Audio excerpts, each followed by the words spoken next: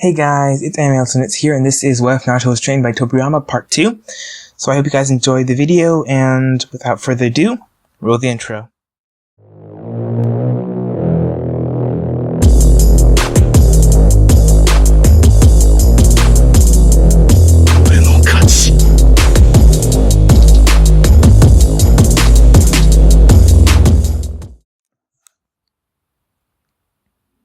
One week later. Naruto had been training with Tobirama for a little over a week. The academy had given the students a 2-week break, for some reason or another. Naruto didn't really care. He was just excited for when he went back to the academy to show all of the teachers and the idiots that were his classmates how much he had changed. Well, that was if he had managed to survive Tobirama's training. Naruto picked back a shout as his face was slammed into the ground, breaking his nose. But he was unable to contain a yelp of pain as his left arm was pulled back too far and broke with a sharp crack sound. Tobirama said from above Naruto. His foot was planted on Naruto's back, and his left arm was holding Naruto's left arm by the wrist. Not as bad as he used to be, but it's still pretty sad. I get that the leaf isn't in a time of war, but your skills are still pretty pathetic. Says literally the second Hokage, Naruto thought bitterly. Ever since Naruto had started training with Tobirama, Naruto had never been able to get rid of the perpetual ache in his bones from being broken again and again.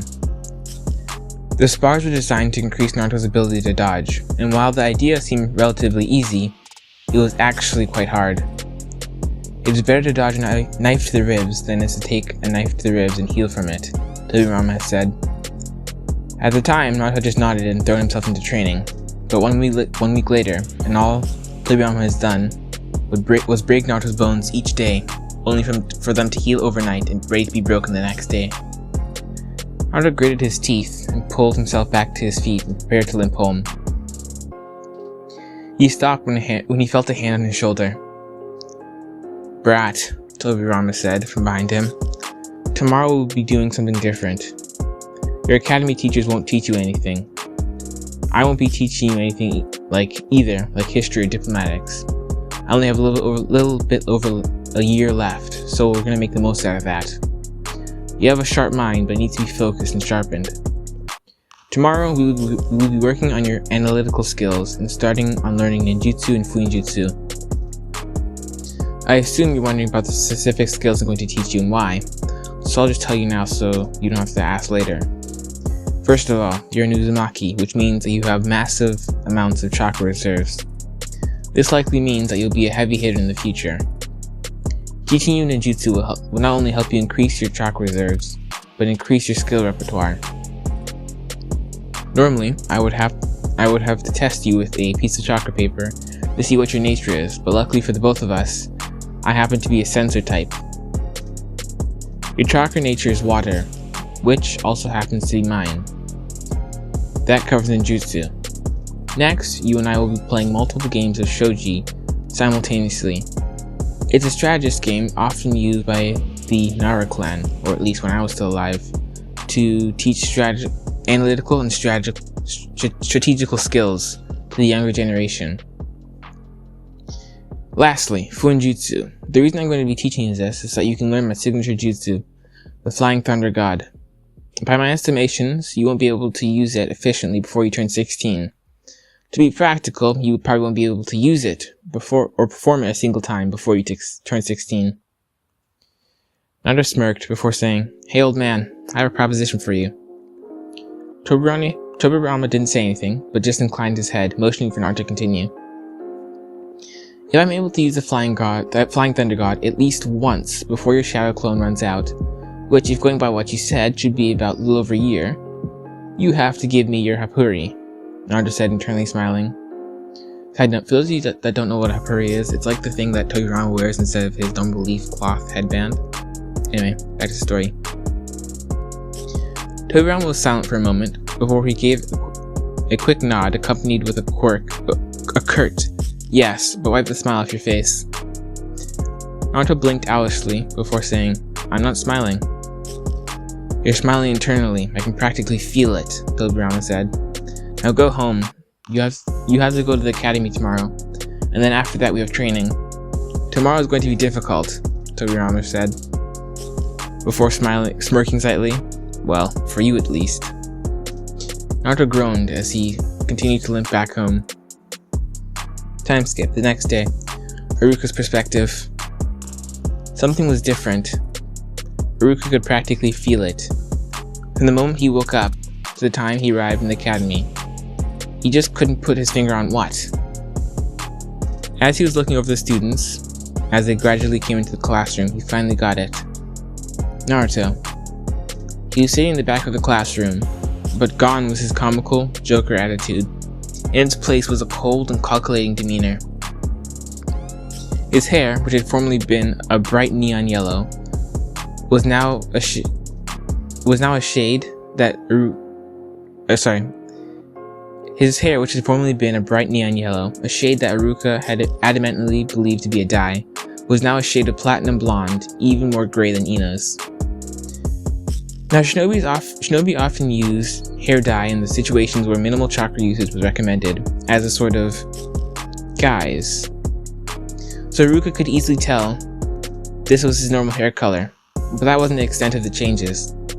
Naruto seemed to have gained more muscle mass and lost his energetic personality. Almost as if Naruto could feel Haruka watching him, he tore his gaze away from the window and stared straight at Haruka for a couple seconds before going back to looking out the window. Haruka shuddered and went back to filling out his attendance sheet. Normal perspective. Naruto sighed as he felt two extremely obnoxious presences storming down the hallway towards the class. After a few seconds, Sakura and Ino burst into the room, screaming about something or another. Naruto faintly heard Shikamaru muttering, "Troublesome." Ditto, thought Naruto, before sitting up. "Okay, class, before we begin, there's an announcement," Haruka said. "As you may or may not know, the time has come for the acceleration test. It happens every year for the truly gifted students, and it serves to allow anyone, those gifted students in particular, to move up a grade, or grades if need be. Okay, now everyone outside. We're going to begin the test with the practical portion." As everyone started to get up, Sakura called out in her nasally voice, "Haruka-sensei, why is the class clown taking the test? If anything, he should go back down a grade." Before Haruka had a chance to reply, Naruto said, "Sakura, you shouldn't call yourself a clown. I mean, don't get me wrong, you are a joke, but still." Naruto shot back, nonchalantly. Everyone froze. Naruto had just said something unkind to Sakura, which, in everyone's mind, was and should have never happened. Naruto was already out the door by the time what Naruto had said processed in Sakura's mind. The test was rather easy for Naruto, after his training with Tobirama, mainly because the test revolved around the physical attributes and some logical portion. Sasuke passed the physical portion, but ultimately failed the intelligence portion. That wasn't to say he wasn't smart, it was just that he wasn't at the level he needed to be to progress. Sakura, on the other hand, barely managed to scrape by on the intelligence portion, but humiliatingly failed on the physical portion. 2 hours later, they were back in the classroom. Naruto was smirking from his seat, Sasuke was scowling from his seat, and Sakura was unconscious. The reason being, she had insulted Naruto, yet again, who shot back another insult right back at her. And that insult she had responded to and tried to attack him, which was quickly stopped by a swift chop to the back of her neck, courtesy of Naruto. "Okay, Naruto," Haruka said, "please report to room 401 for your new class. Good luck and congratulations on passing the advancement test." Naruto smirked as he stood up. He nodded to Haruka and started to walk out of the classroom. He went up one floor to room 401 and slid the door open. Mizuki was standing behind the podium, apparently waiting for whoever passed the advancement exams to come. Side note, in this what if, Mizuki isn't bad. I mean, cause he doesn't really know a point for him to be bad, but yeah, he kind of just treats Naruto like he would really any other student. But anyway, back to the story. Ah, Naruto, you're here. Please take a seat. It's next to Neji.